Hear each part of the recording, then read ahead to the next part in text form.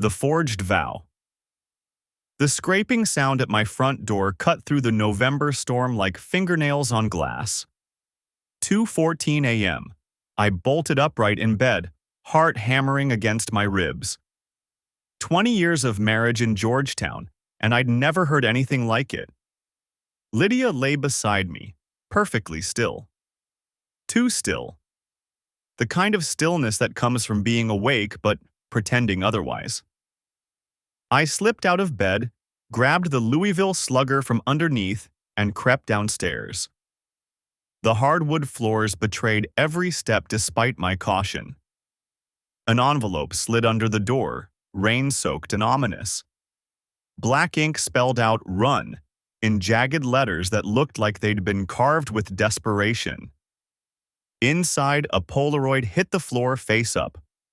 My wife Lydia, my brilliant, sharp-tongued real estate lawyer wife, wrapped around some man on a foggy Charleston pier.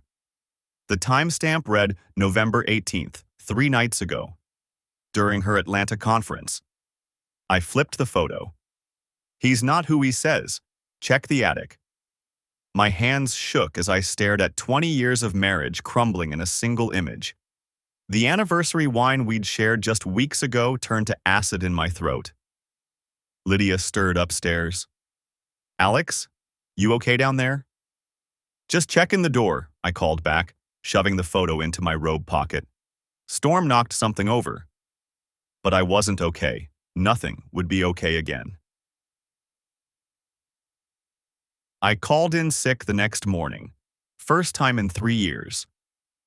While Lydia rushed off to depositions, I climbed into our dusty attic with a crowbar from the garage. Boxes of wedding photos mocked me from every corner.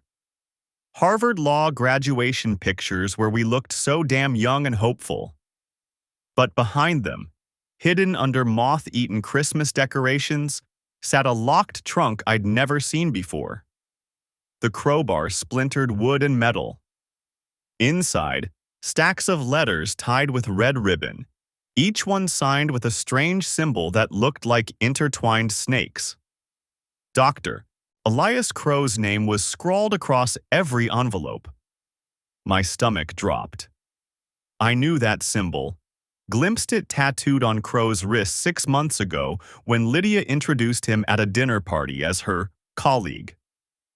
"Alex, meet Dr. Elias Crow. He's been helping with some medical malpractice research." The letters made my skin crawl.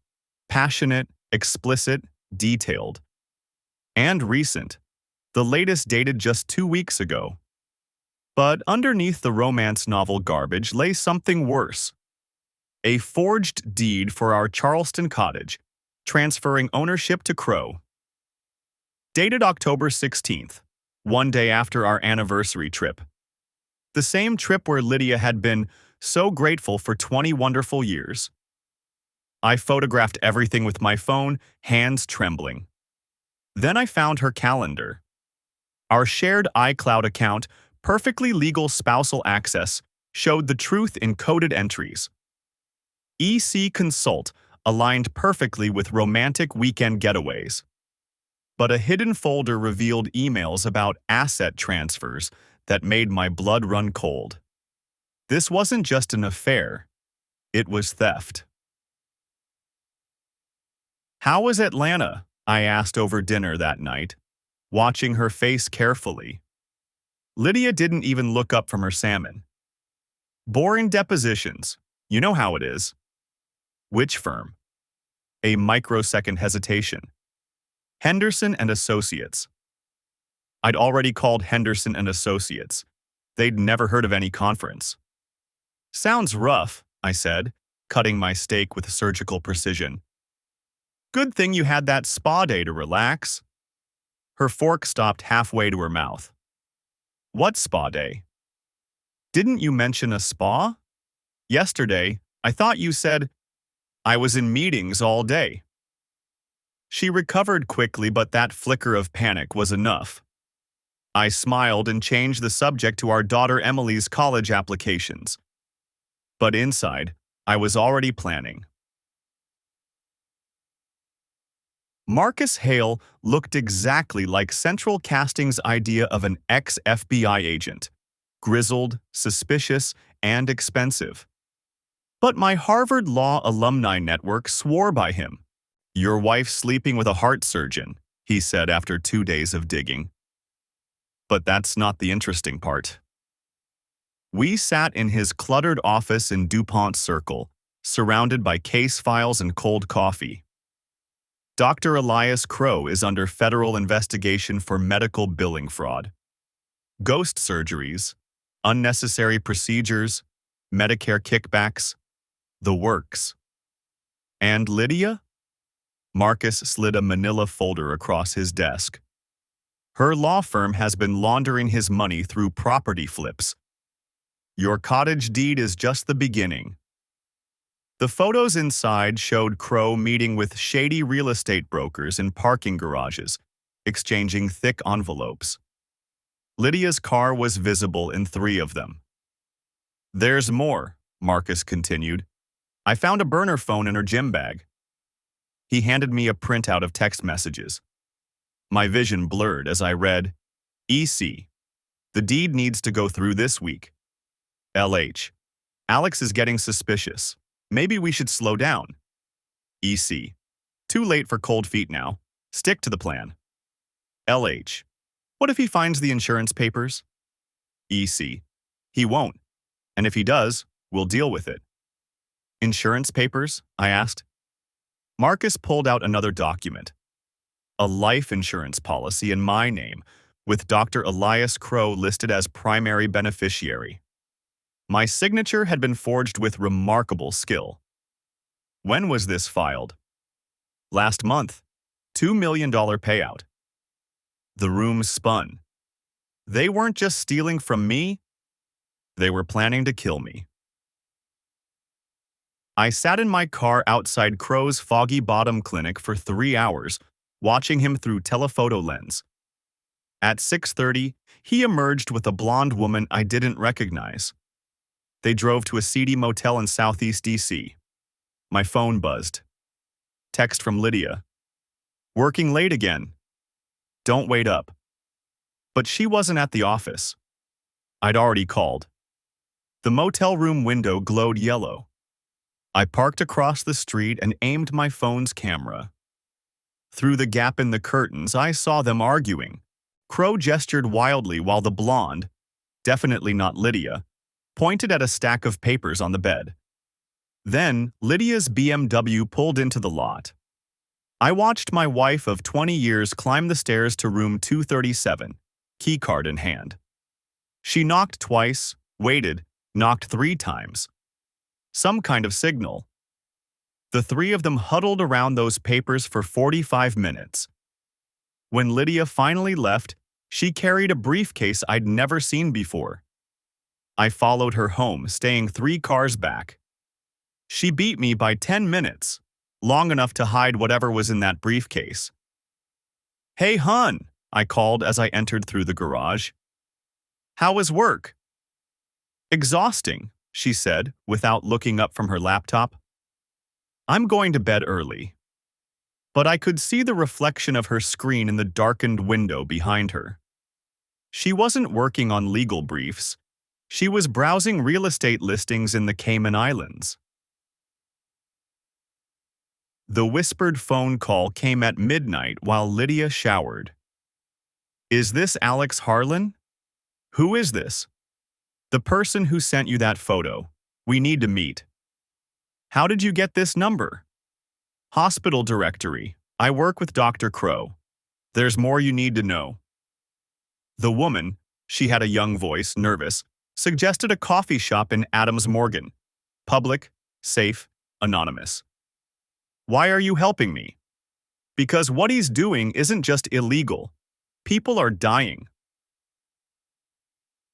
Sarah Martinez looked like she belonged in Scrubs, not conspiracy theories. Mid-20s, earnest brown eyes, hands that shook slightly as she stirred her latte. "I'm a surgical nurse at Crow's clinic," she began. "He's been performing unnecessary heart surgeries for 3 years." "How unnecessary?" Completely.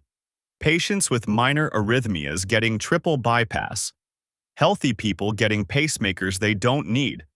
The kickbacks from device companies alone are in the millions. My coffee went cold as she described the scope of it. Ghost surgeries where patients thought they were getting routine procedures but woke up mutilated. Falsified medical records. Patients who died from complications of surgeries they never needed. Where does my wife fit in? She's been hiding the money, creating shell companies, buying properties, moving cash offshore. But lately, Crow's been pressuring her to move faster. He thinks the feds are closing in. Are they? Sarah nodded. There's a joint task force. FBI, IRS, Health and Human Services. They're building a case. Then why? Because your wife has been embezzling from her own clients to cover the money trail.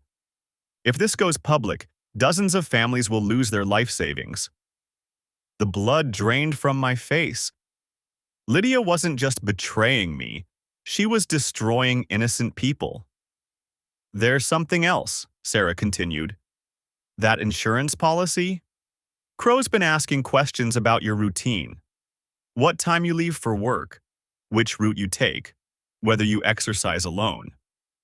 He's planning to kill me. I think so, but I can't prove it. That's why I need your help. I couldn't sleep that night. Every creak of the house sounded like footsteps. Every car that passed our street made me check the locks again. Lydia lay beside me, breathing evenly. When had she become a stranger? When had the woman I'd loved for 20 years turned into someone capable of murder? I slipped out of bed and checked Emily's room. Our 17-year-old daughter slept peacefully, unaware that her mother was a criminal. How do you tell your child something like that? In my study, I opened a new file on my laptop. Evidence. Then I began documenting everything. Photos, dates, times, recordings. If they killed me, at least someone would know the truth. But I wasn't planning to be a victim. The Charleston cottage had been our sanctuary for 15 years.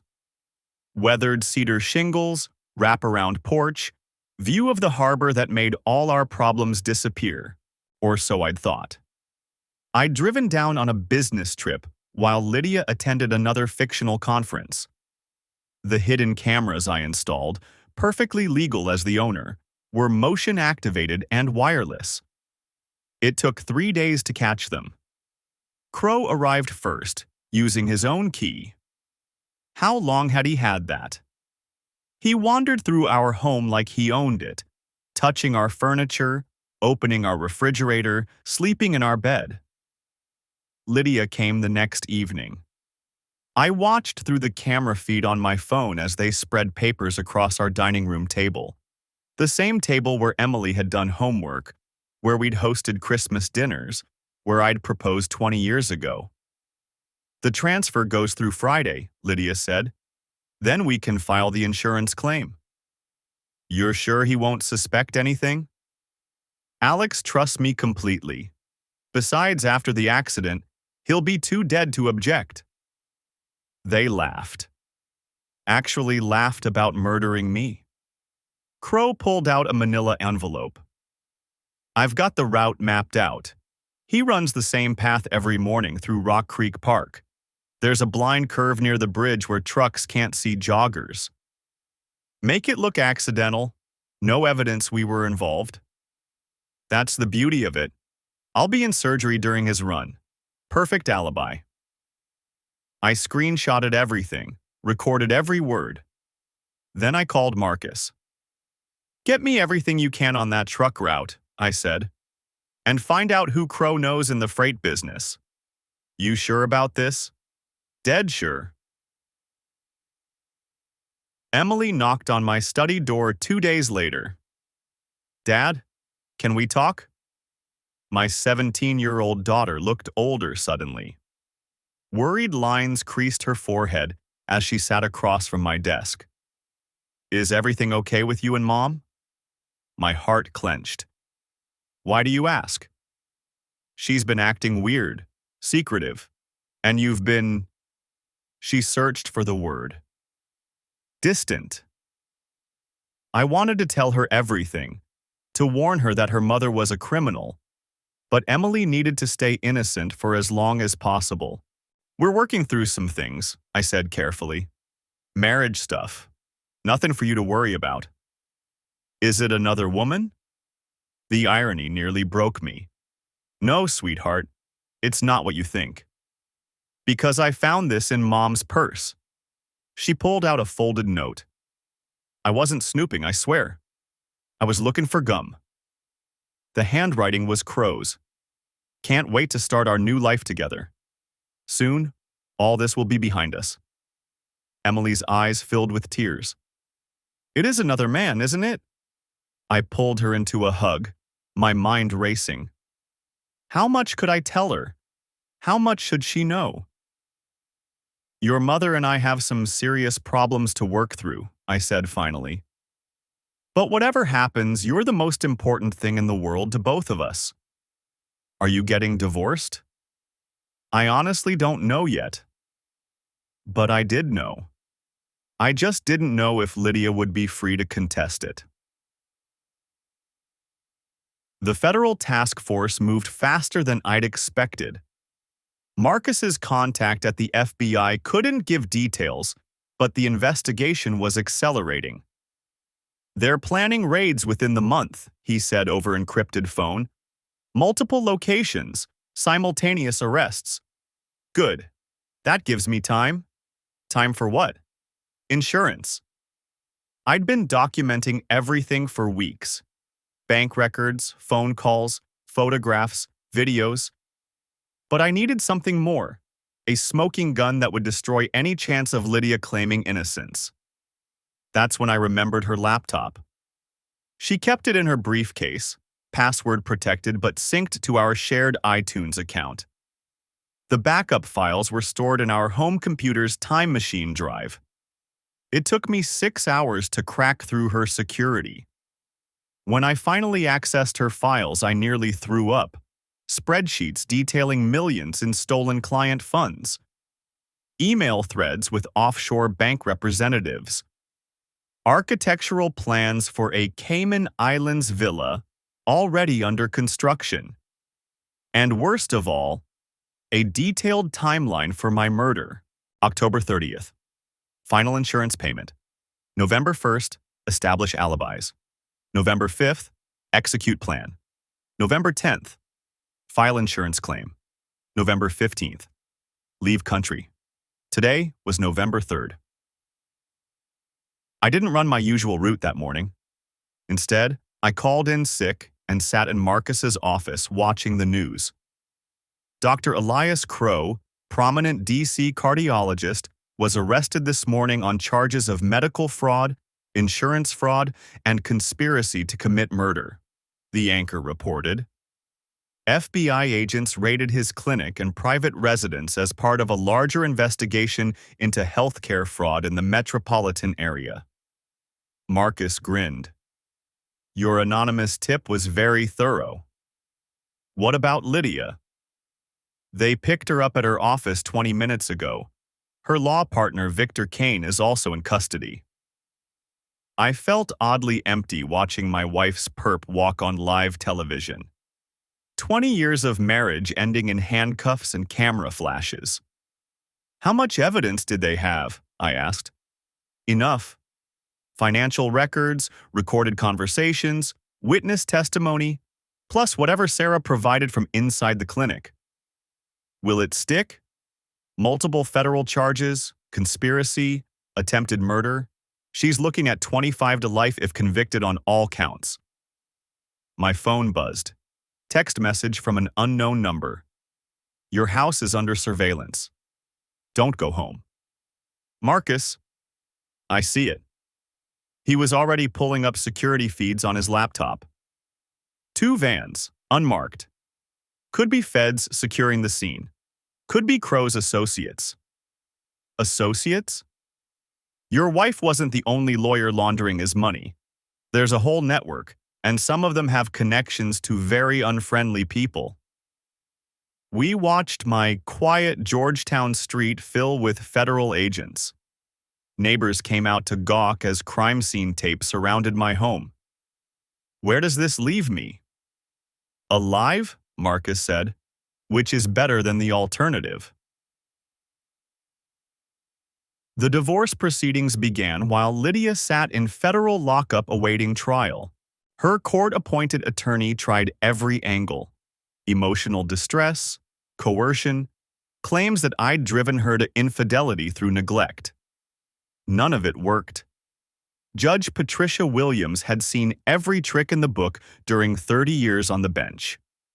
When Lydia's lawyer suggested that her affair was a cry for help, Williams' response was withering. "Counselor, your client attempted to defraud insurance companies, steal from her legal clients, and orchestrate the murder of her husband. This court is not interested in her emotional journey." Emily testified via closed-circuit video, protected by a court-appointed guardian. Watching my daughter describe how her mother had changed, become secretive and distant, nearly destroyed me. "She used to help with my homework," Emily said, tears streaming down her face. "But lately, she's been gone all the time. And when she was home, it felt like she was thinking about somewhere else." Lydia sat at the defendant's table, stone-faced.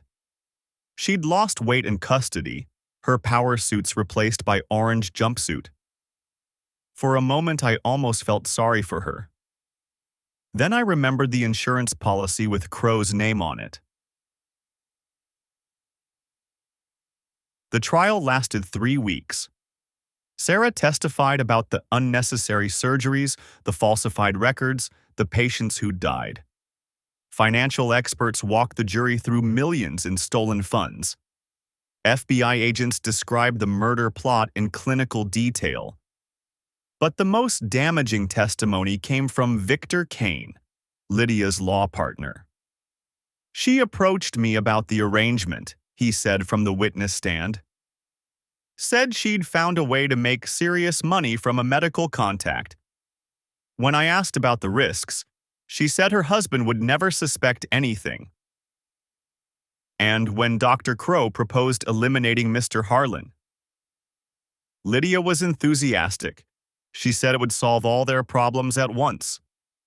I watched my wife's face as her partner destroyed her. She showed no emotion, no regret, no recognition that she'd once loved me enough to marry me. The jury deliberated for 6 hours. Guilty on all counts. Sentencing came a month later. Crow got 15 years in federal prison. Kane received 7 years for his cooperation. Lydia got 12 years. She looked directly at me as the judge read her sentence. For the first time since her arrest, she showed emotion. Not remorse. Rage. Pure, undiluted hatred for the man who'd destroyed her plans. "You did this," she mouthed silently. I mouthed back, "You earned this." Outside the courthouse, reporters shouted questions I ignored. My lawyer, a bulldog named Rebecca Torres, shielded me from the cameras. "How do you feel about the verdict, Mr. Harlan?" "Justice was served," I said simply. But that wasn't entirely true. Justice would have been Lydia never betraying our family in the first place. This was just damage control. The civil suits started immediately. Families of patients who died in Crow's unnecessary surgeries. Clients whose trust funds Lydia had raided. Insurance companies seeking restitution. I testified in dozens of depositions, each one more heartbreaking than the last. Mrs. Patterson, whose husband died from complications of a bypass surgery he never needed. The Johnsons, who lost their daughter's college fund when Lydia cleaned out their real estate escrow account. "How could you not know?" they asked. Over and over. How could I explain that the woman who'd stolen their savings had also made me coffee every morning for 20 years? That the criminal mastermind had once cried at Emily's first piano recital? I settled every claim I could, liquidating assets to make the victims whole. The Georgetown house, the Charleston cottage, my retirement accounts, all of it went to people whose lives Lydia had destroyed. Emily and I moved into a small apartment in Arlington. She handled the upheaval better than I'd expected, throwing herself into her senior year and college applications. "Dad," she said one evening while we assembled IKEA furniture, "I know this sounds terrible, but I'm almost glad it happened." "Why?"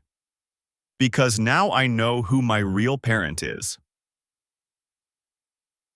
6 months after the trial, I opened my own law practice specializing in elder fraud.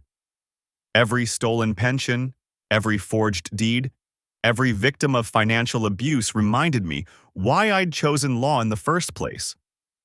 The work was satisfying in ways my corporate practice had never been.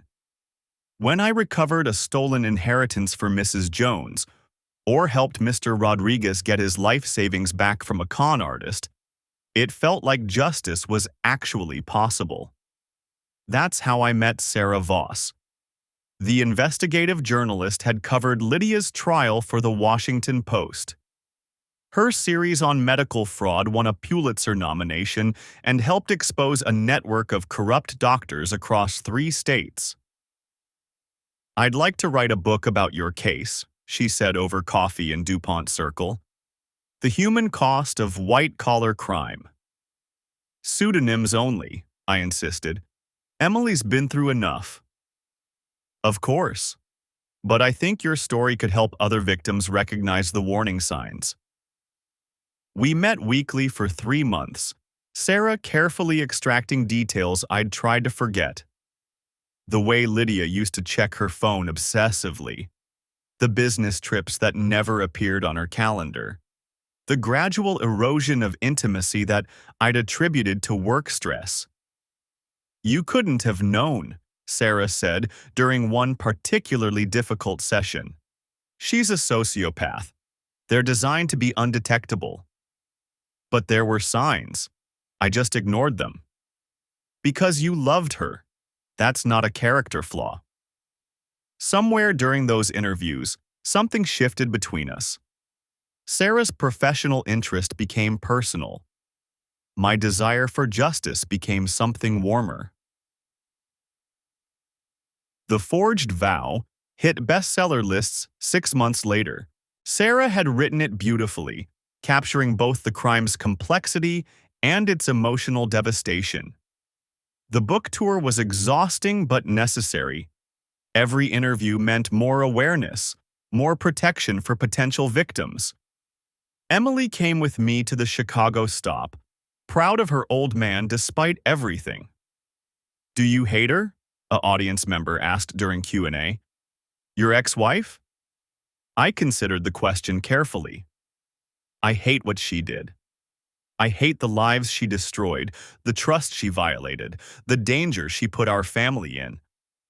But hate is exhausting. I'd rather focus on preventing it from happening to others." It was true.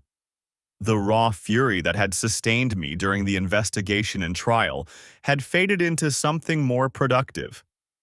I couldn't change what Lydia had done, but I could use the experience to help others. Emily graduated valedictorian despite everything. Her speech about resilience and rebuilding brought tears to my eyes. "My family went through something that could have destroyed us," she told her classmates. "But instead, it taught us what really matters. Not money or status or perfect marriages, but honesty, courage, and love." She'd been accepted to Stanford with a full scholarship. Law school was in her future, following her father's path, but hopefully with better judgment and partners. "I'm proud of you," I told her after the ceremony. "For my grades? For becoming the kind of person who could survive what we survived and still believe in good people." She hugged me tightly. I learned that from you. Lydia's first parole hearing was scheduled for year 7 of her sentence. I had no intention of attending, but Emily surprised me. I want to give a victim impact statement, she said. Are you sure? She needs to hear what she cost us, not just you, us. The hearing lasted all morning. Lydia looked older, grayer, diminished by prison life. She'd found religion, according to her attorney, and deeply regretted her choices. When Emily approached the microphone, every person in the room leaned forward. My mother taught me many things, she began. How to be strong, how to be smart, how to fight for what I want. But the most important lesson she taught me was unintentional. She showed me exactly the kind of person I never want to become. Lydia's composure cracked for the first time. Tears streamed down her face as Emily continued. She didn't just betray my father. She betrayed every value she'd tried to teach me. Honesty, loyalty, family first. All of it was apparently just words to her. Emily paused, looking directly at her mother. I don't forgive you. Maybe someday, but not today. And I don't want you in my life until you understand that actions have consequences that last forever. Parole was denied. Sarah and I were married 2 years later in a small ceremony at the Arlington courthouse. No big reception, no elaborate vows, no expensive rings. Just 2 people who'd found love in the wreckage of betrayal. Emily walked me down the aisle, radiant in her role as best person. You sure about this one? She whispered as we approached the altar. Dead sure. Good, because I ran a full background check. I laughed despite myself. My daughter had indeed inherited my skeptical nature, along with my stubborn determination and, apparently, my investigative instincts. Marcus served as Sarah's witness, grinning as Judge Williams, now retired, performed the ceremony. Do you, Alex, take Sarah as your lawfully wedded wife, for richer or poorer, in sickness and health, forsaking all others as long as you both shall live? I do. And do you, Sarah, take Alex as your lawfully wedded husband, for richer or poorer, in sickness and health, forsaking all others as long as you both shall live? I do. Simple words, but they carried weight that my first marriage had never achieved. These vows were built on truth, tested by crisis, strengthened by shared purpose. When Judge Williams pronounced us married, Sarah whispered in my ear, "No more secrets. No more shadows," I replied. The second anonymous message came 5 years after Lydia's conviction. Not an envelope this time, but an encrypted email to my law firm account. Your investigation helped expose something bigger than you know. The corruption went all the way to the hospital board. Thank you for having the courage to speak up. A friend, I showed it to Marcus during our weekly lunch. Probably the nurse, he said. Sarah Martinez. She's working for the FBI now, helping prosecute medical fraud cases nationwide. Good for her. You ever wonder what would have happened if she hadn't sent that first photo? I'd wondered many times. Would Lydia have gone through with the murder? Would they have gotten away with it? Would Emily have grown up believing her father had died in a tragic accident? I try not to think about it, I lied. Fair enough. But for what it's worth, you handled it exactly right. Methodical, legal, devastating. I had good help. You had good instincts. Not everyone would have had the stomach for a long game like that. He was right.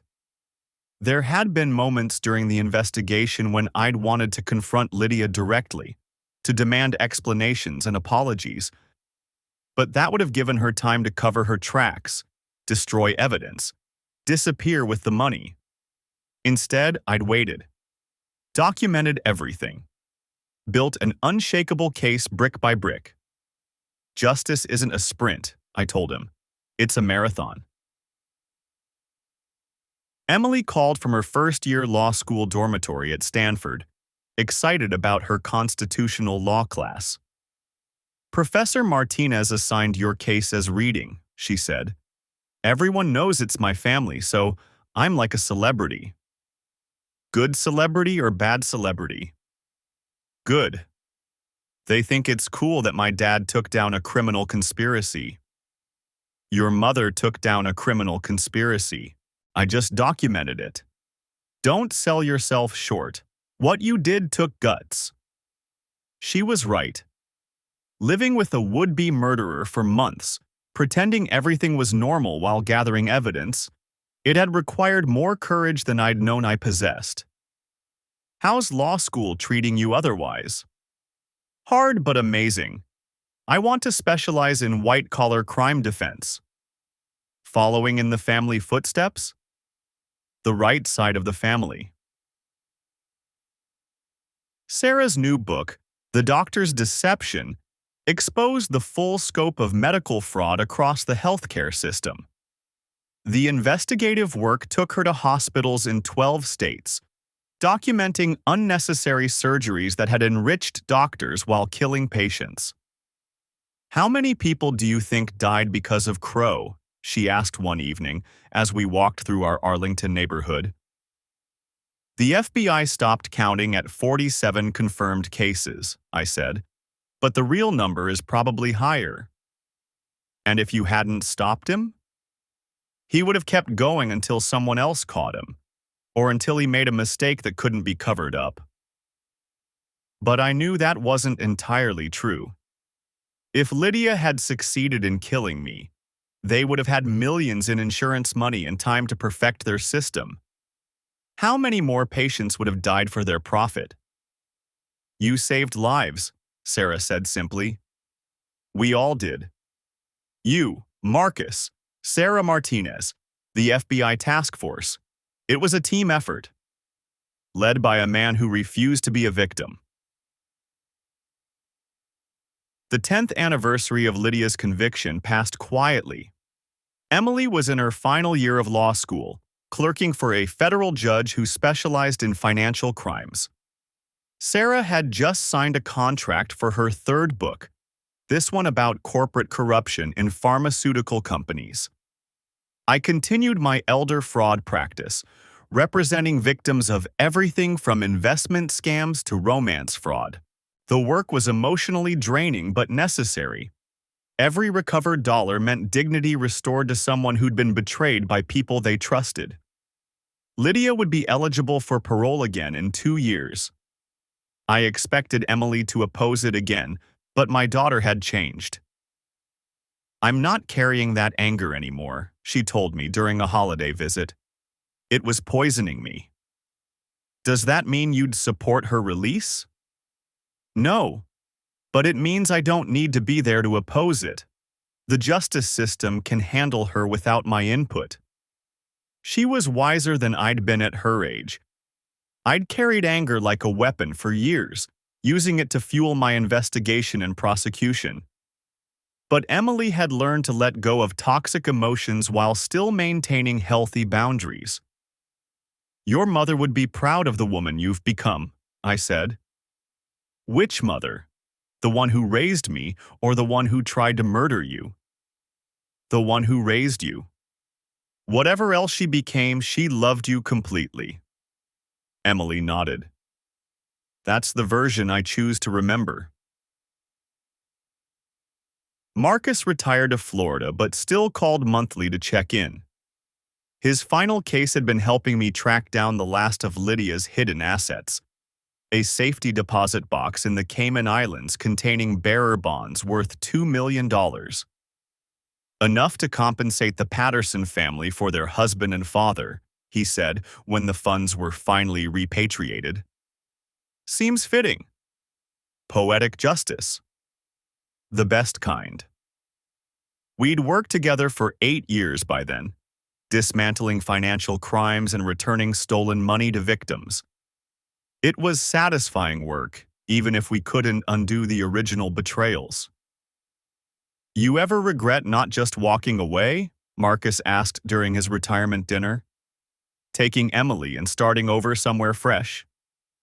Never. Running would have meant letting her win. Even if it had been safer? Especially then. You can't build a life on cowardice. What about Emily? Did you ever worry about putting her through all that? I'd worried constantly. Every news story, every court appearance, every legal filing had exposed her to scrutiny and judgment. But she'd emerged stronger, more compassionate, more committed to justice than I'd dared hope. She needed to see that actions have consequences, I said. That integrity matters more than comfort. She learned that lesson well. Sarah and I celebrated our 5th wedding anniversary by taking Emily to Charleston for the weekend. We stayed at a bed and breakfast near the pier where Lydia and Crow had been photographed together a decade ago. "Doesn't it bother you?" Emily asked as we walked along the waterfront. "Being here where it all started?" "Not anymore," I said honestly. "This place has too many good memories to let her ruin them." 25 years of family vacations, romantic getaways, and peaceful weekends couldn't be erased by one act of betrayal. The cottage itself was gone, sold to pay restitution, but Charleston remained beautiful. "I'm thinking of moving here after graduation," Emily said, "opening a practice that serves rural communities. Following your conscience instead of money. Following your example." She'd grown into an extraordinary woman, principled, courageous, unafraid to fight for what was right. Whatever else Lydia had done wrong, she'd helped raise a daughter worth being proud of. "The Low Country could use more honest lawyers," I said. "The whole country could." The final chapter came unexpectedly, through a letter forwarded by the federal prison system. Lydia had written to request a meeting. "Alex, I know I have no right to ask anything of you. I know the pain I caused can never be undone. But I'm dying, and I need to say things that should have been said years ago. The cancer is aggressive. 6 months, maybe 8. I'm not asking for forgiveness or sympathy. I'm asking for 5 minutes to tell you truths I should have spoken when they might have mattered. If you can't bring yourself to come, I understand. But if there's any part of the man I married still willing to listen, I'd be grateful for one last conversation. Lydia." I showed the letter to Sarah and Emily over dinner. "You don't owe her anything," Sarah said immediately. "I know." "But you're going anyway," Emily added. "I don't know yet." That wasn't entirely true. Part of me needed to hear what she had to say, even after all these years. Not for closure, I'd found that long ago, but for completeness. "What could she possibly say that would matter now?" Sarah asked. "Maybe nothing. Or maybe something that helps me understand how 20 years of marriage could become attempted murder." Emily reached across the table and squeezed my hand. "Whatever you decide, I support you." Federal Medical Center Carswell in Texas looked like every other prison. Concrete walls, razor wire, guards with hard eyes and harder questions. Lydia waited in the visitor's room, dressed in prison gray, her once lustrous hair now thin and white. Cancer had ravaged her body but left her mind sharp. She studied me as I sat across from her, separated by bulletproof glass. "You look good," she said through the intercom. "Happy." "I am." "Sarah seems wonderful. I've read her books." "Why did you ask me here, Lydia?" She leaned forward, suddenly looking every one of her 63 years. To tell you that none of it was about you. The affair, the money, even the murder plot. You were just collateral damage in something that started long before you. Explain. My father's debts. Did you know he owed money to people who don't forgive loans? I hadn't known. Lydia had rarely talked about her family. $500,000 to loan sharks in Atlantic City. They came to me after he died, said the debt transferred to his daughter. Crow offered to help if I'd help him hide his medical fraud money. So you decided to steal from our clients? I thought I could replace the money before anyone noticed. But Crow kept demanding more, and the loan sharks kept adding interest. By the time I realized I was in over my head, there was no way out. Except murdering me. Tears streamed down her face. I never wanted that. But Crow said it was the only way to get enough money to make everyone whole. You could have told me. We could have figured it out together. With what money? Your salary and mine together wouldn't have covered the interest payments. She was probably right. But that didn't justify 20 years of lies. Why didn't you just declare bankruptcy? Walk away from your father's debts? Because they would have killed Emily to send a message. The words hit me like a physical blow. Our daughter had been in danger, and I'd never known. They're all dead or imprisoned now, Lydia continued. The FBI task force rolled up the whole organization. Emily's safe. Does she know? No, and I hope she never has to. We sat in silence for several minutes. Finally, Lydia spoke again. I know this doesn't change anything. I know you'll never forgive me. But I needed you to know that I never stopped loving you. Even when I was planning to kill you, I hated myself for it. That's supposed to make me feel better? No. It's supposed to make you understand that people can love someone and still destroy them. That good people can make evil choices when they're desperate enough. Are you asking for forgiveness? I'm asking for understanding, not for me but for Emily. So she doesn't spend her whole life wondering if she inherited her mother's capacity for evil. She didn't. She's nothing like you. She's exactly like me. Brilliant, stubborn, willing to fight for the people she loves. That's why I'm terrified for her. I looked at this woman who'd shared my bed for 20 years, who'd given birth to my daughter, who'd tried to have me murdered for insurance money. She was right about Emily. Our daughter had inherited the best and worst traits from both of us. What do you want me to tell her? That I'm proud of who she's becoming, and that I'm sorry I couldn't be the mother she deserved. You were, for a long time. Not long enough.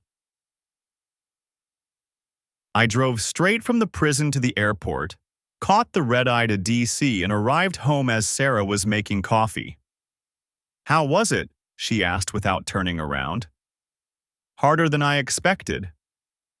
Did she explain anything that mattered? She explained everything, which somehow makes it worse. I told Sarah about the loan sharks, the threats against Emily, the impossible choice between family and crime. None of it justified what Lydia had done, but it made her actions comprehensible in a way they'd never been before. Do you forgive her? Sarah asked. No, but I understand her. Is there a difference? A huge one. Forgiveness requires trust, and I'll never trust her again. But understanding means I can stop hating her. That's probably healthy. It's necessary, for Emily's sake, if nothing else. Lydia died 6 weeks later, alone in the prison medical facility. Emily and I attended a small memorial service in Texas, along with 2 other family members I'd never met. I keep thinking I should feel something, Emily said, as we walked through the prison cemetery. but mostly I just feel empty. That's normal. Grief is complicated when the person hurt you. Did she really love us? In her way, yes. But love isn't enough when it's not backed up by good choices. We stood at the grave marker, a simple metal plaque with her name and dates, and said nothing for several minutes. I forgive her, Emily said finally. You don't have to. I know, but I'm tired of carrying anger for someone who can't apologize anymore. At 25, my daughter was wiser than I'd been at 45. She'd learned to distinguish between forgiveness and trust, between understanding and excusing, between love and loyalty. Your mother would be proud of that choice, I said. Both my mothers, I hope. 5 years later, Emily's law practice in Charleston was thriving. She specialized in family law and criminal defense, helping people navigate the legal system's complexities with compassion and skill. Sarah's latest book, The Price of Silence, examined how financial desperation drives ordinary people to commit extraordinary crimes. It spent 6 months on bestseller lists and sparked national conversations about predatory lending and organized crime. I continued my elder fraud practice, now with 3 associate attorneys and a full-time investigator. We recovered millions annually for victims of financial crimes, and several of my cases had led to federal prosecutions. The work was demanding but fulfilling. Every client reminded me why I'd chosen law in the first place, not for money or prestige, but to help people fight against injustice. Do you ever wonder what would have happened if you'd made different choices? A law school graduate asked during a career panel discussion. Different how? If you'd confronted your ex-wife directly instead of investigating secretly. If you'd tried to save your marriage instead of building a case against her. She was planning to murder me. There was no saving that marriage. But what if you'd given her a chance to explain? To make amends? The question bothered me more than it should have. Had I been too quick to assume the worst? Too focused on justice to consider mercy? Some betrayals can't be forgiven, I said finally, and some people can't be trusted to change. But driving home that evening, I wondered if I'd been right. Would Lydia have chosen differently if I'd given her the opportunity? Or would she have simply gotten better at hiding her crimes? I'd never know. And maybe that was okay. Emily's wedding took place on a perfect Charleston morning in the gardens of the historic courthouse. Her fiancé, David, was a pediatric surgeon she'd met during a medical malpractice case. They'd been on opposite sides, but found common ground in their commitment to protecting children. At least this one saves lives instead of ending them, Emily had joked when she introduced us. Walking her down the aisle, I thought about all the moments Lydia had missed. Law school graduation, first apartment, career success, and now this. She'd traded everything that mattered for money that had ultimately been recovered and redistributed anyway. You okay, Dad? Emily whispered as we approached the altar. Perfect. You? Never better. Judge Williams, now in her 80s but still sharp as a razor, performed the ceremony with dignity and warmth. When she asked who gives this woman to be married, I said clearly, her family does, with love and pride. Emily's eyes sparkled with tears as David slipped the ring onto her finger. Their vows were simple but heartfelt, promises to love, honor, and support each other through whatever challenges life might bring. You may kiss the bride, Judge Williams announced. As the couple embraced, I felt a hand slip into mine. Sarah squeezed gently, her own eyes moist with emotion. She's beautiful, she whispered. She's perfect. And she was. Despite everything she'd endured, Emily had grown into a woman of integrity, compassion, and strength. She'd chosen love over anger, hope over cynicism, truth over convenience. Whatever mistakes I'd made as a father, I'd raised a daughter worth celebrating. The reception was small but joyful. Close friends, family, and colleagues sharing good food and better conversation. Emily's maid of honor, her law school roommate, gave a toast that made everyone laugh and cry. "Emily is the strongest person I know," she said, raising her champagne glass. "She's faced challenges that would break most people, but instead of becoming bitter, she became better. Instead of giving up on love, she chose to love more deeply. David, you're getting someone extraordinary." As the evening wound down, Emily pulled me aside for a private moment. "Thank you," she said simply. "For what?" "For showing me what integrity looks like. For fighting for justice even when it was hard. For proving that good people can survive bad situations and come out stronger." "You proved that yourself." "I learned it from watching you." We hugged tightly as the last guests departed. My little girl, now a successful attorney and married woman, was everything I'd hoped she'd become, and more. "I love you, Dad." "I love you too, sweetheart. More than you'll ever know." As Sarah and I drove back to our hotel, I reflected on the strange journey that had brought us here. A decade earlier, I'd discovered my wife's betrayal through an anonymous photograph. Tonight, I'd watched my daughter marry the love of her life in front of family and friends who'd supported us through the darkest period of our lives. Justice wasn't just about punishment.